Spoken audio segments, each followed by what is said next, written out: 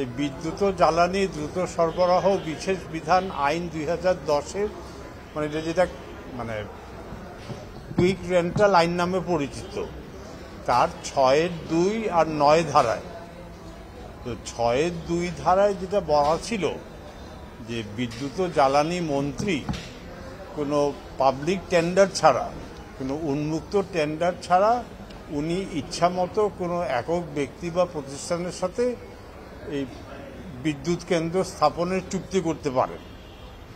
মন্ত্রী এককভাবে স্বীয় বিবেচনায় যে কেউ সাথে চুক্তি করতে পারে। সরকারের যে কোনো মানে ক্রয় বিক্রয়, এটা তো একটা পাবলিক প্রসেস, টেন্ডারিং প্রসেসের মাধ্যমে হয়, এটা টেন্ডার ছাড়াই ওনাকে ক্ষমতা দেওয়া হয়েছিল।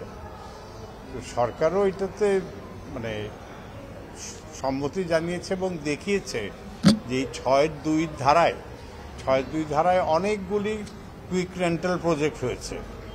আপনারা জানেন যে কুইক রেন্টাল প্রজেক্টের একটা বিশেষত্ব হলো যে তারা বিদ্যুৎ সরবরাহ করুক বা না করুক, তারা পুরো টাকা পাবে। মানে 100 মেগাওয়াটের বিদ্যুৎ কেন্দ্র সে 20 মেগাওয়াট সাপ্লাই দিচ্ছে, কিন্তু 100 মেগাওয়াটেরই টাকা পাবে। অর্থাৎ এটা আসলে এটা লুটপাটের বিশেষ বিধান আইন হয়ে গেছে। তো ওই জন্যই মানে আদালত এই 6(2)কে অসাংবিধানিক ঘোষণা করেছেন। এই যে এটা কোনো মানে আনলিমিটেড অসীম ক্ষমতা এক ব্যক্তিকে দেওয়া হয়েছে, এইটা একটা প্রজাতন্ত্রে হতে পারে না।